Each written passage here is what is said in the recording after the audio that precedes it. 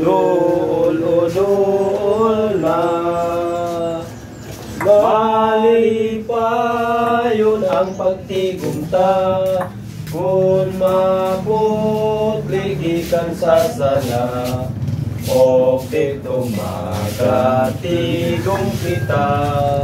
sa iyang puloyan ang iyang pulong matngunan mo sa malipayon sundon siya imo siyang pilion karon doon na malipayon ang pagtigumta kung maputligikan sa sala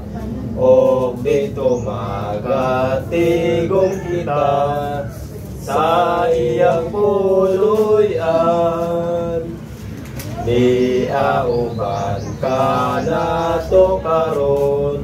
sugo ni Kristo tumanunta siya nagpadayon sa pagtawag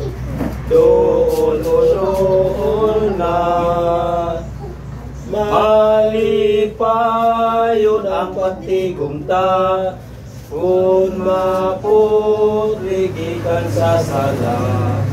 o dito magatigong kita sa iyang puloyan.